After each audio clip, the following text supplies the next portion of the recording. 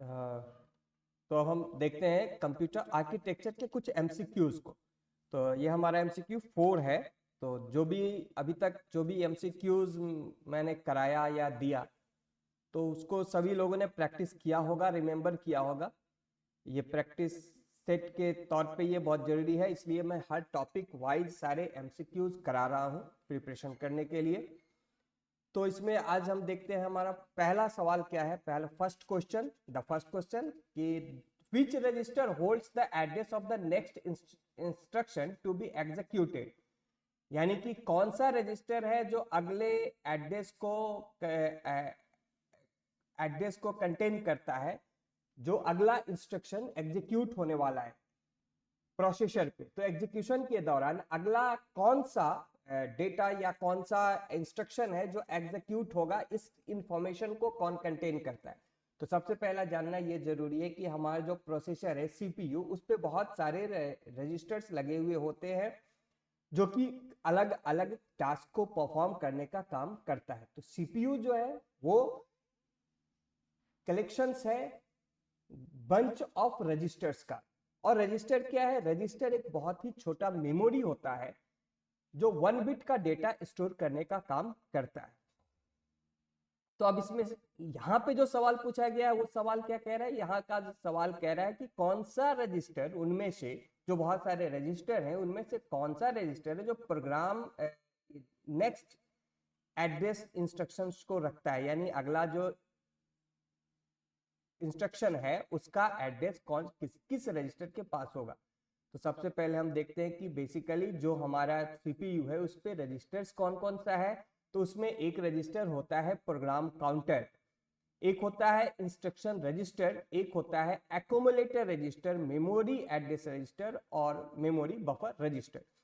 तो यहाँ पे प्रोग्राम काउंटर को शॉर्ट फॉर्म में पीसी बोलते हैं, इंस्ट्रक्शन रजिस्टर को आईआर, एक्यूमुलेटर को एसी, मेमोरी एड्रेस को एमएआर और मेमोरी बफर रजिस्टर को एमबीआर। अब कंफ्यूजन यहाँ पे कुछ को हो सकता है कि इंस्ट्रक्शन रजिस्टर नहीं, लेकिन ये नहीं, ये आंसर नहीं है अभी के सवाल का, क्योंकि इंस्ट्रक्शन रजिस्टर नेक्स्ट इंस्ट्रक्शन को नहीं रखता है। वो जो नेक्स्ट, जो अभी जो चल रहा है डेटा, प्रेजेंटली जो काम हो रहा है, उसकी डेटा के एड्रेस, उस डेटा को रखने का काम करता है। प्रोग्राम काउंटर जो है वो अगला जो इंस्ट्रक्शंस आने वाला है उसके एड्रेस को मेंटेन करने का काम करता है। तो यहाँ पे हमारा आंसर हो जाएगा प्रोग्राम काउंटर। तो ये हमें ध्यान रखना होगा कि कौन सा रजिस्टर का रोल क्या है। नाउ अगला क्वेश्चन है कि the number of bits used to represent a character in a computer system is called. मतलब कि कितना नंबर ऑफ बिट्स यूज किया जाता है एक कैरेक्टर को रिप्रेजेंट करने के लिए।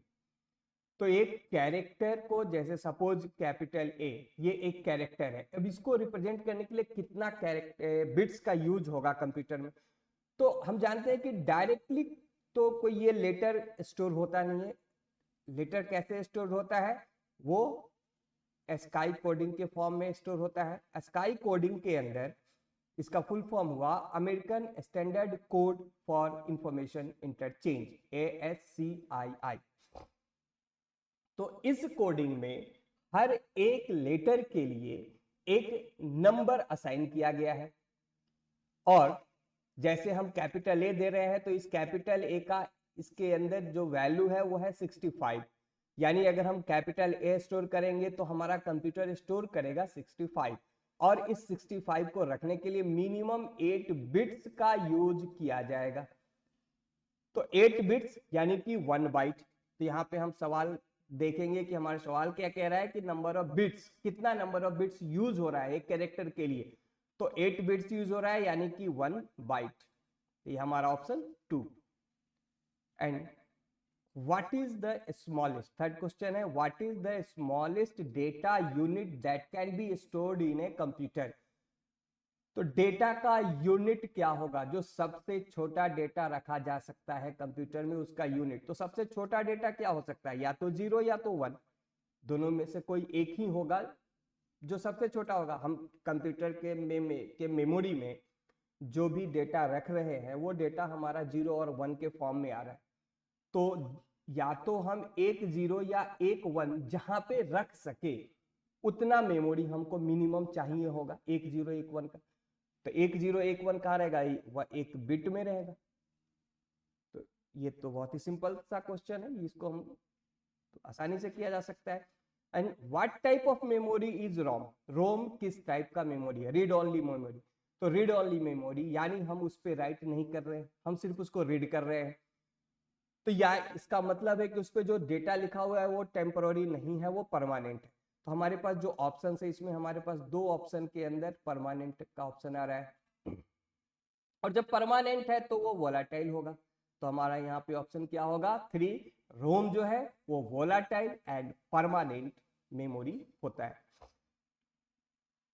Which register in a CPU holds the result of an arithmetic or logical operation?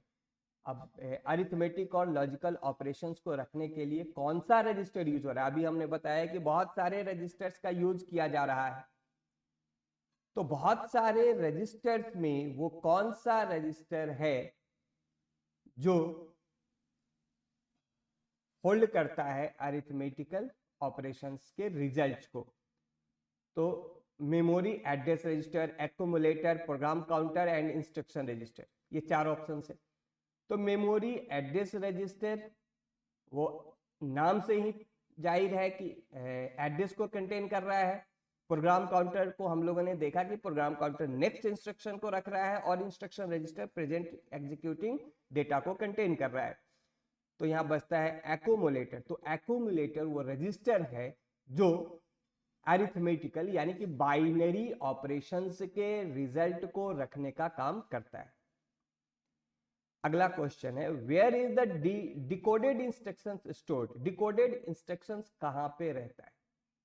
तो अभी डिकोडेड मतलब कि यानी कि जिस पे काम चल रहा है, तो वो कहां रहेगा, इंस्ट्रक्शन रजिस्टर IR पे।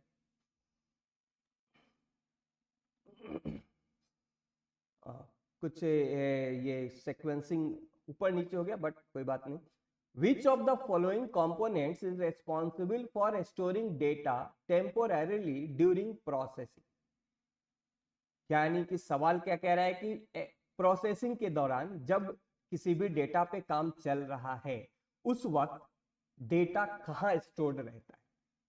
तो हार्ड ड्राइव का तो सवाल ही नहीं है, हार्ड ड्राइव तो हमारा सेकेंडरी स्टोरेज है, यहाँ तो रहेगा नहीं, यहाँ तो आ चुका है डेटा।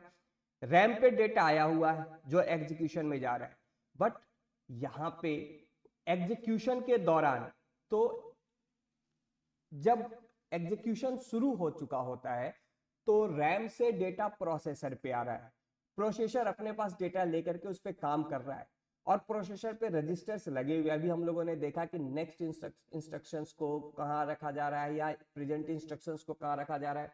यानी सीपीयू खुद अपने पास कुछ डेटा को रख रहा है, वैसे डेटा को जिस पे काम चल रहा है।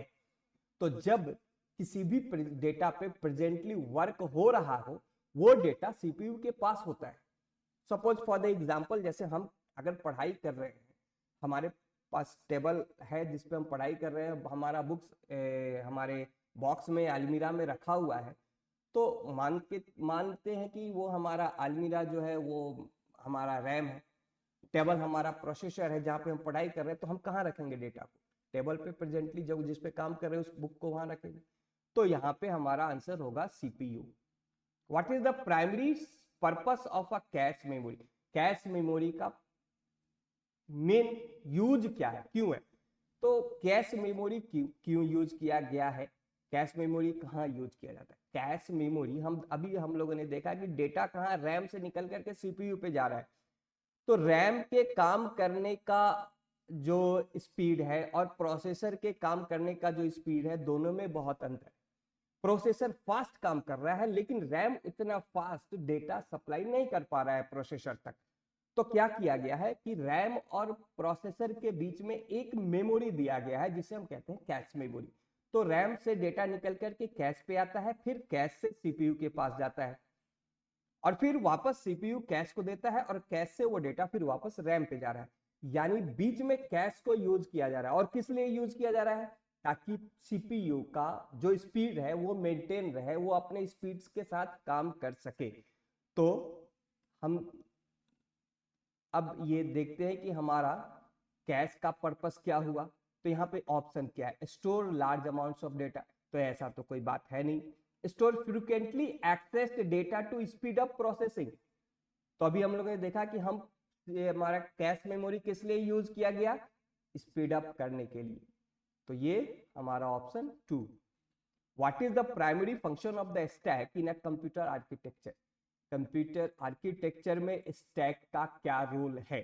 तो स्टैक क्या होता है, स्टैक इज जस्ट मेमोरी, वो एक तरीके का मेमोरी क्रिएट हो रहा है एग्जीक्यूशन के दौरान।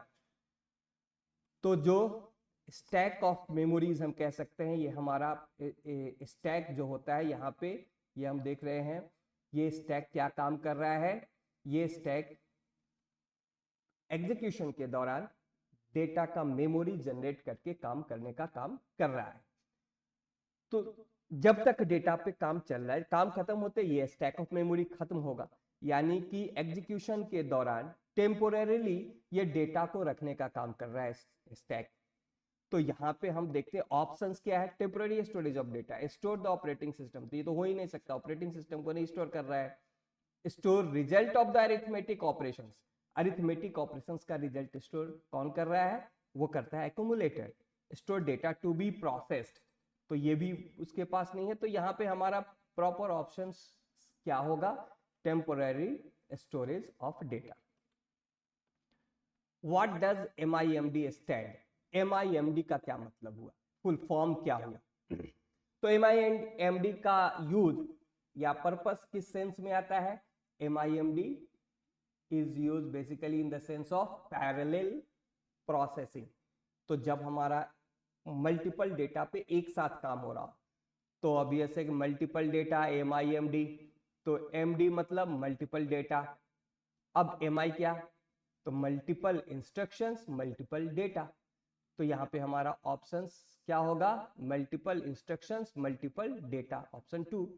Which of the following is performed by half adder, half adder का क्या रोल है। तो एडर या हाफ एडर का काम क्या होता है, अरिथमेटिकल ऑपरेशंस के लिए यूज किया जाता है। और एडर, एडर मतलब जो जोड़ रहा हो, तो नाम से ही जाहिर है जो जोड़ता हो। तो हाफ एडर का काम क्या है, एडिशन करना, बाइनरी ऑपरेशंस को परफॉर्म करना। तो ये ऐड करेगा और हमको क्या देता है रिजल्ट में, सम और उसका कैरी आउटपुट के रूप में देता है। तो half adder is use to perform the arithmetical operation या बाइनरी ऑपरेशंस।